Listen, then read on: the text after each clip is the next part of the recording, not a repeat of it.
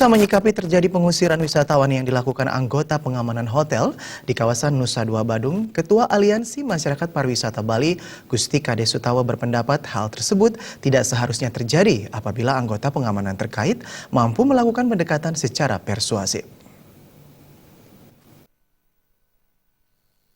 Menurut Ketua Aliansi Masyarakat Pariwisata Bali, Gusti Kade Sutawa, pengusiran terhadap wisatawan yang marak dibicarakan di media sosial tersebut seharusnya tidak terjadi karena hal tersebut justru mencoreng citra pariwisata Bali.